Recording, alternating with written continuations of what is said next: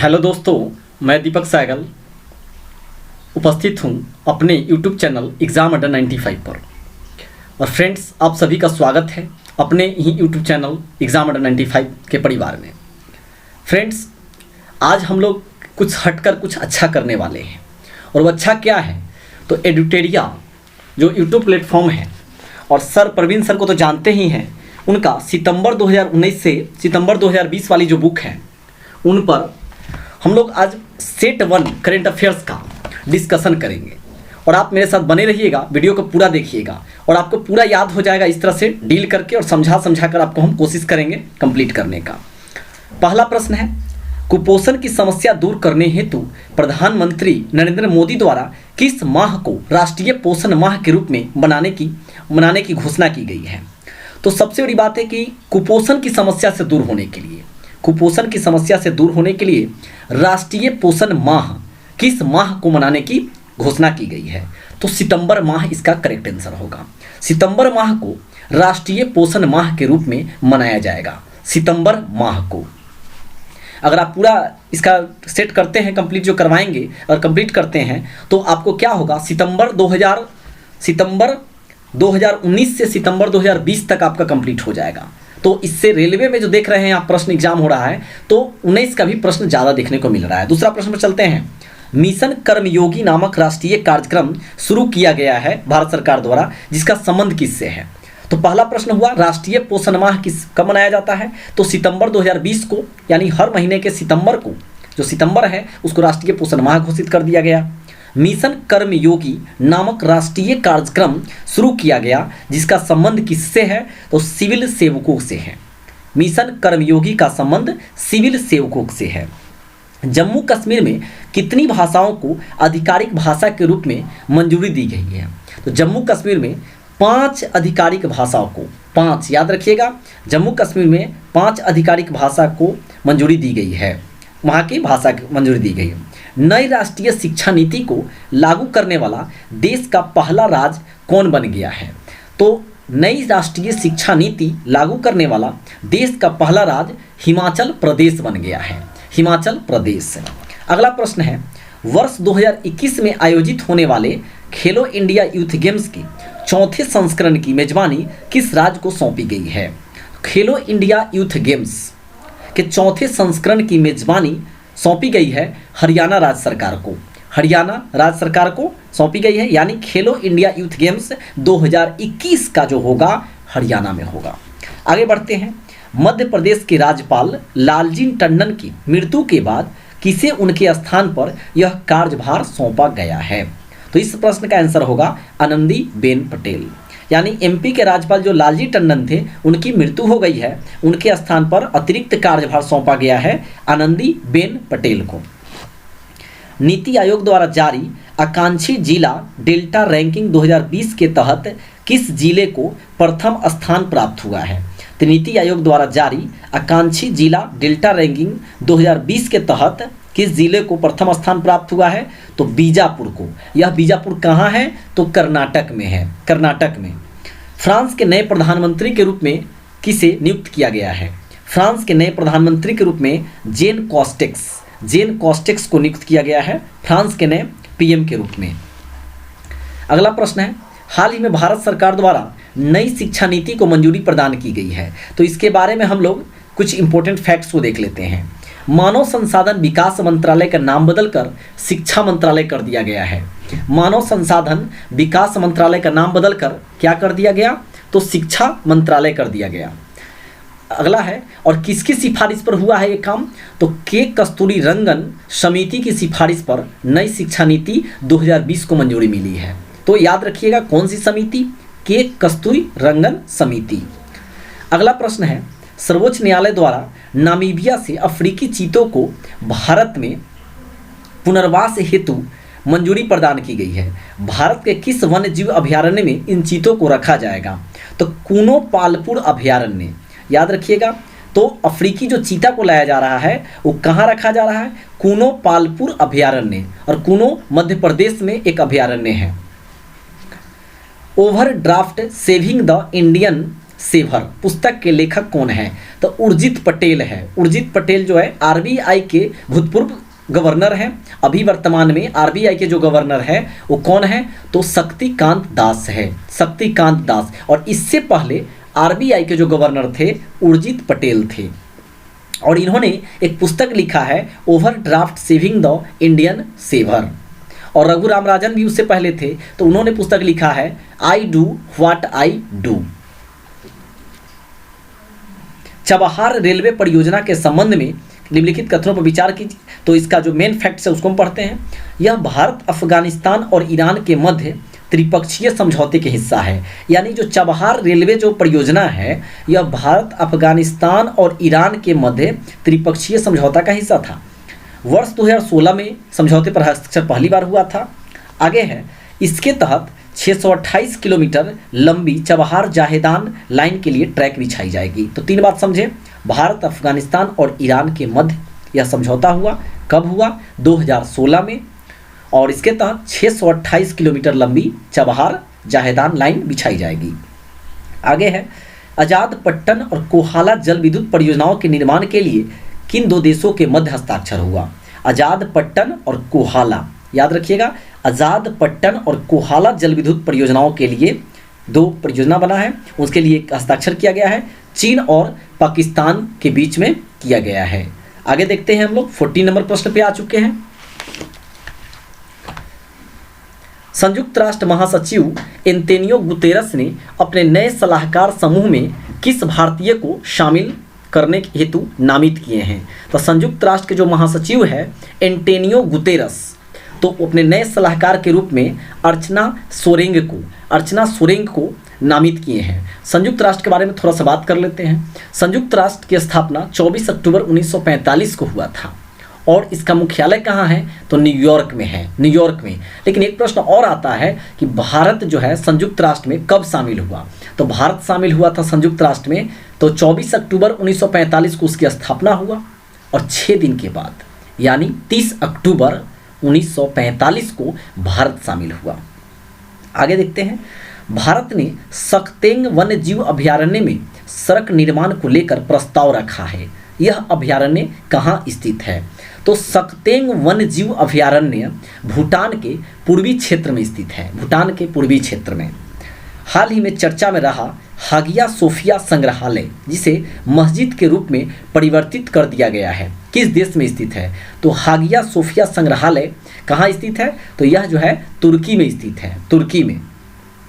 किस राज्य या केंद्र शासित प्रदेश को जैविक प्रदेश बनाने के लिए मिशन ऑर्गेनिक डेवलपमेंट इनिशिएटिव यानी MODI मोदी योजना की शुरुआत की गई है? मोदी योजना की शुरुआत लद्दाख में की गई है, लद्दाख में। राष्ट्रमंडल खेल 2022 में कहाँ आयोजित किया जाएगा? तो राष्ट्रमंडल खेल 2022 में इंग्लैंड में किया जाएगा, इंग्लैंड में होगा इसका आयोजित।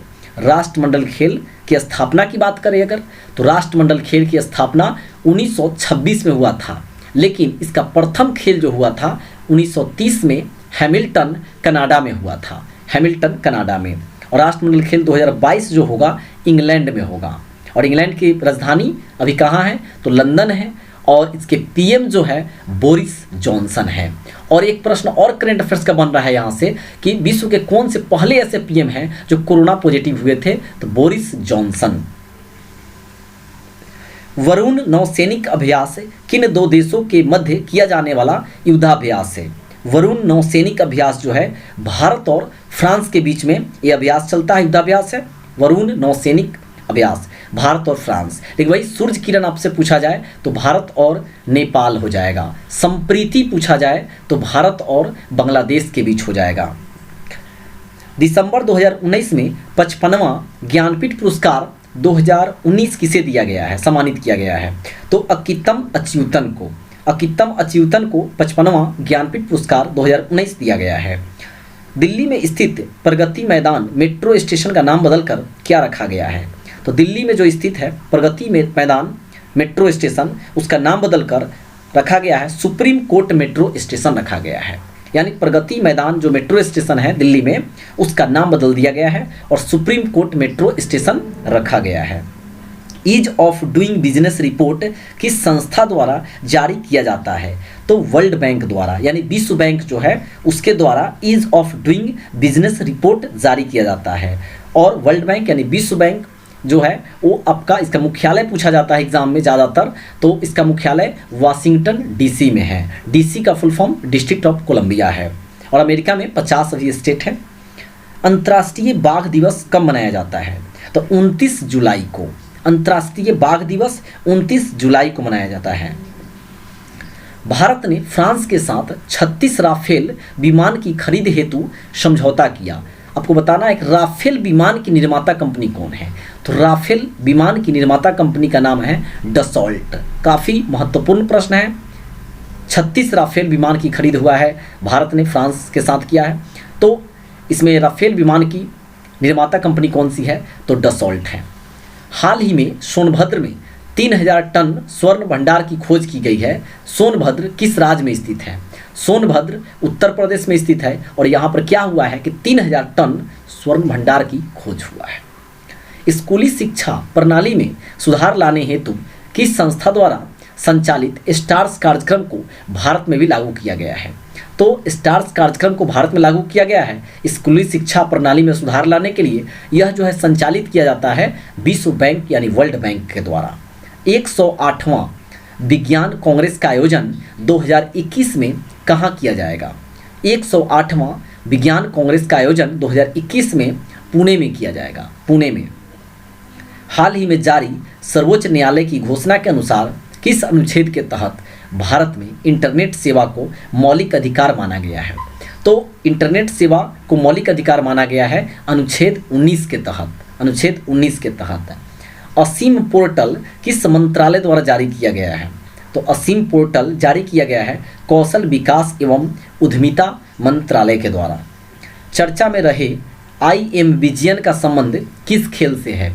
IM विजयन का संबंध फुटबॉल से है। फुटबॉल से। और फुटबॉल, क्रिकेट और हॉकी तीनों में 11 प्लेयर होते हैं एक पक्ष में। 22 मार्च 2020 को मनाए गए जल दिवस का थीम क्या था? तो 22 मार्च 2020 को मनाए गए जल दिवस का थीम था जल और जलवायु परिवर्तन। जल और जलवायु परिवर्तन। और विश्व जल दिवस मनाते हैं 22 मार्च को। 32 नंबर प्रश्न पे हम लोग चले आए हैं। किस राज्य को छठी अनुसूची में शामिल करने की मांग की जा रही है? अभी हाल ही में किस राज्य को छठी अनुसूची में शामिल करने की मांग की जा रही है? तो अरुणाचल प्रदेश में। अरुणाचल प्रदेश को जो है छठी अनुसूची में शामिल करने की मांग उठी हुई है। प्रधानमंत्री नरेंद्र मोदी ने स्वतंत्रता दिवस के अवसर पर किस क्षेत्र को 1000 दिन में भारत के मुख्य भूमि से जोड़ने के लिए ऑप्टिकल फाइबर लिंक स्थापित करने की घोषणा की है? तो ऑप्टिकल फाइबर लिंक स्थापित करने की घोषणा की है तो लक्षद्वीप में। किस मंत्रालय द्वारा सृजन पोर्टल लॉन्च किया गया है? बहुत इंपॉर्टेंट प्रश्न है। तो सृजन पोर्टल जो लॉन्च किया गया है वो किया गया है रक्षा मंत्रालय के द्वारा किया गया है। रक्षा मंत्रालय के द्वारा। किस देश के समुद्री क्षेत्र में तेल रिसाव के कारण वहां पर्यावरणीय आपातकाल घोषित किया गया? तो तेल क्षेत्र में रिसाव के कारण वहाँ पे पर्यावरणीय आपातकाल घोषित किया गया है। तो ये मॉरिशस में किया गया है। मॉरिशस की राजधानी पोर्ट लुइस है। और एक यही ऐसा देश है मॉरिशस जो विश्व में भोजपुरी सबसे ज़्यादा यहाँ बोला जाता है। इजराइल UAE शांति समझौते के संबंध में कौन सा कथन सही है? तो सही कथन को हम पढ़ रहे हैं। इजराइल से समझौता करने वाला UAE पहला खाड़ी देश बना है। बहुत इंपॉर्टेंट प्रश्न है। इजराइल UAE शांति समझौते के संबंध में कौन सा कथन सही है? तो इजराइल से समझौता करने वाला पहला खाड़ी देश पूछा जा सकता है आपसे, तो याद रखना है UAE। और इसे अब्राहम समझौता के नाम से भी जाना गया है। अब्राहम समझौता इसी को कहा जाता है, इजराइल UAE शांति समझौता को। भारत के नियंत्रक एवं महालेखा परीक्षक किसे नियुक्त किया गया है? तो गिरीश चंद्र मुर्मू को। गिरीश चंद्र मुर्मू को भारत के नियंत्रक एवं महालेखा परीक्षक के रूप में नियुक्त किया गया है। 600 विकेट लेने वाले दुनिया के पहले तेज गेंदबाज कौन बन गए हैं? तो 600 विकेट लेने वाले पहले तेज गेंदबाज बन गए हैं जेम्स एंडरसन। जेम्स एंडरसन बन गए हैं 600 विकेट लेने वाले पहले तेज गेंदबाज। किस राज्य के प्रसिद्ध मंडोली केला, हरमल मिर्च, खेज मिठाई को जीआई टैग दिया गया है? बहुत इंपॉर्टेंट प्रश्न है। मंडोली केला, हरमल मिर्च और खेज मिठाई को जीआई टैग प्रदान किया गया है, तो गोवा में किया गया है, गोवा में। और मंडोली से पकड़ सकते हैं, गोवा की राजधानी जो है पणजी है और गोवा मांडवी नदी किनारे है वहाँ पे। पर्यावरण सुरक्षा के उद्देश्य से केंद्र सरकार ने किस राज्य में ग्रीन एजी प्रोजेक्ट की शुरुआत किया है? तो पर्यावरण सुरक्षा के उद्देश्य से भारत सरकार ग्रीन एजी पुरस्कार की शुरुआत किया है, तो मिजोरम में। नुआखाई फसल उत्सव है, नुआखाई फसल उत्सव है, किस राज्य में मनाया जाता है? तो यह उड़ीसा में मनाया जाता है। और जात्रा जो त्यौहार है वहीं उड़ीसा में ही मनाया जाता है। केरल सरकार द्वारा पहली बार समुद्री एम्बुलेंस सेवा शुरू की गई है, समुद्री एम्बुलेंस सेवा शुरू की गई है केरल सरकार द्वारा, और उसका नाम क्या रखा गया है? तो प्रतीक्षा रखा गया है, प्रतीक्षा। विश्व जैव ईंधन दिवस कब मनाया जाता है? तो 10 अगस्त को विश्व जैव ईंधन दिवस मनाया जाता है। 29 अगस्त को राष्ट्रीय खेल दिवस के अवसर पर 5 खिलाड़ियों को राजीव गांधी खेल रत्न पुरस्कार प्रदान किया गया। उनमें कौन यहाँ शामिल नहीं है? तो जसप्रीत बुमराह इसमें शामिल नहीं है। यहाँ पे 3 दिया गया है, मरियप्पन टी, मणिक बत्रा और विनेश फोगाट, और जसप्रीत बुमराह इसमें से नहीं है। तो प्रश्न ये बनेगा, उत्तर प्रदेश सरकार ने बुंदेलखंड में जल संकट की समस्या को दूर करने के लिए किस देश के साथ समझौता किया है? तो बुंदेलखंड, उत्तर प्रदेश सरकार ने बुंदेलखंड में जो जल संकट की समस्या है उसको दूर करने के लिए इजराइल के साथ समझौता किया है। बहुत इंपॉर्टेंट प्रश्न है अगला, 46 नंबर। पुस्तक सियासत में सदस्यता के लेखक कौन है? तो सियासत में सदस्यता के लेखक है विजय कुमार चौधरी है। निम्नलिखित अर्जुन पुरस्कार 2020 से सम्मानित व्यक्तियों के संबंध में कौन सा सत्य नहीं है? तो दीप्ति शर्मा हॉकी, जो कि बिल्कुल गलत है ना, यही गलत है क्योंकि दीप्ति शर्मा क्रिकेटर हैं। और हॉकी पढ़ देते हैं, ईशान शर्मा क्रिकेटर बिल्कुल सत्य है। मनु भाकर शूटिंग, ये भी सत्य है। और सुयश जाधव पैरा तैराकी, ये भी सत्य है। दीप्ति शर्मा हॉकी नहीं, क्रिकेट होगा।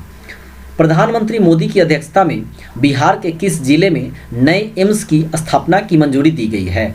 तो बिहार में नया जो एम्स बनने जा रहा है वो दरभंगा में बनने जा रहा है, दरभंगा में। विश्व में सड़क नेटवर्क के मामले में भारत का स्थान क्या है? तो ऊपर से द्वितीय, यानी विश्व में सड़क नेटवर्क के मामले में भारत का स्थान दूसरा है, पहले नंबर पे अमेरिका है। प्रशासनिक अधिकारियों की कार्य प्रणाली की जांच हेतु किसके राज्य या केंद्र शासित प्रदेश द्वारा स्पैरो पोर्टल की शुरुआत की गई है? तो स्पैरो पोर्टल की जो शुरुआत की गई है वह जम्मू कश्मीर में की गई है। तो फ्रेंड्स, सेट 1 जो एडुटेरिया करेंट अफेयर्स प्रैक्टिस टेस्ट 1 यहीं पे समाप्त होता है और आपको 50 प्रश्न रिवीजन हो गया होगा। अगर पढ़े होंगे तो मतलब फर्स्ट टाइम पढ़े होंगे तो आप सुने, और सुनने से ज़्यादा याद होता है। पसंद आया होगा तो चैनल को सब्सक्राइब कर दीजिए अगर नए व्यूवर हैं तो, और कमेंट बॉक्स में ज़रूर अपना रिप्लाई बताइएगा कैसा लगा आपको, मतलब ये ज़रूर बताइएगा। और वीडियो को लाइक कर दीजिएगा, और अगर पसंद आया होगा और लाइक कमेंट आप करेंगे तो इसका हम जस्ट जो है प्रैक्टिस टेस्ट 2 अपलोड करेंगे। थैंक यू, मिलते हैं नेक्स्ट वीडियो में।